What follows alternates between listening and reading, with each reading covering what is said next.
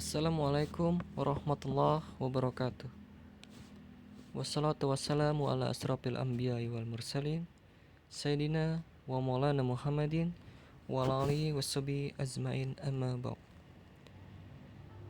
Pertama-tama yang saya hormati Pak Muhammad Ihsan SKM MM selaku dosen mata kuliah pengantar aplikasi komputer.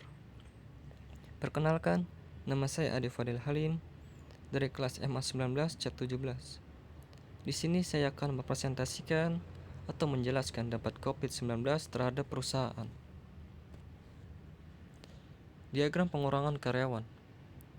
Penurunan pendapatan suatu perusahaan dengan adanya suatu wabah virus pada saat ini sangat mempengaruhi suatu perusahaan. Contoh yang saya ambil dari grafik suatu perusahaan dari setiap bulannya. Pada bulan pertama, dengan karyawan berjumlah 80 orang, dengan barang yang dihasilkan 100 piece. Pada bulan kedua, dengan karyawan berjumlah 45 orang, dengan barang yang dihasilkan 65 piece.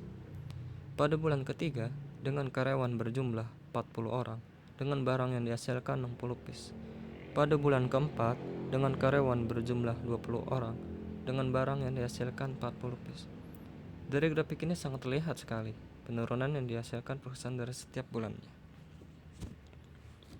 Selanjutnya, melakukan PHK karyawan akibat pandemi COVID-19. Dapatkah perusahaan melakukan PHK karena kerugian akibat pandemi COVID-19? Perusahaan tidak serta-merta dapat melakukan PHK karena perusahaan mengalami kerugian. Terjadi keadaan memaksa atau perusahaan melakukan efisiensi anggaran akibat wabah COVID-19. Pandemi corona virus COVID-19 tidak hanya berdampak terhadap kesehatan saja, sektor ekonomi juga ikut terpukul atas mewabahnya COVID-19. Akibat adanya himbauan dari pemerintah untuk melakukan social distancing, karantina mandiri, dan himbauan untuk work from home, bahkan bisa terjadi penerapan lockdown dapat dilakukan oleh pemerintah. Lalu, apakah tetap bisa wabah COVID-19 ini menjadi dasar untuk melakukan PHK?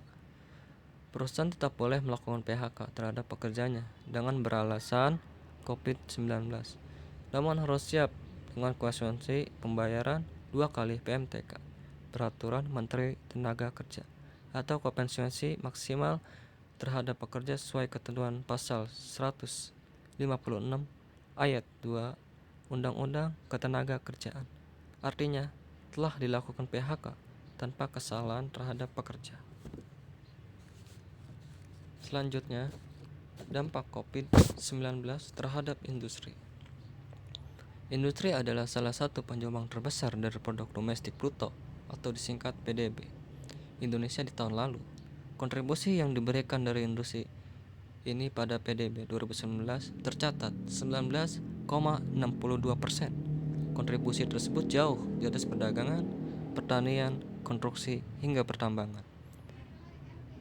Menurut data dihimpun dari Badan Pusat Statistik atau disingkat BPS selama Februari 2020, nilai impor dari semua golongan barang turun dibanding Januari 2020.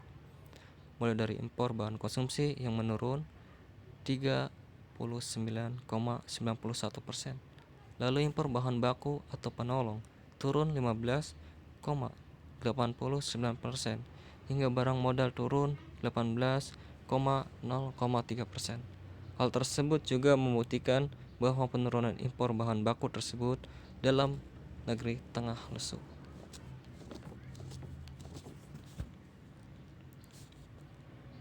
Selanjutnya, langkah yang perlu dilakukan perusahaan hadapi virus COVID-19. Pertama, lindungi karyawan. Perusahaan tidak bisa lagi menjalankan bisnis seperti biasa saat ini. Merebaknya virus corona membuat perusahaan perlu melakukan beberapa penyesuaian dengan fokus utama melindungi karyawan. Saat ini sudah banyak perusahaan yang mengeluarkan kebijakan khusus untuk menghadapi virus corona. Kedua, bentuk tim respon virus corona. McKinsey & Company menyarankan perusahaan untuk membentuk satu tim respon menghadapi virus corona. Tim ini bisa dibentuk dengan berbagai tujuan tergantung dengan kebutuhan perusahaan. Ketiga, Kaji ulang target keuangan perusahaan. Kinerja keuangan perusahaan di proxy akan mengalami banyak tantangan menghadapi virus corona. Oleh karenanya, perusahaan dinilai perlu mengkaji ulang target keuangan.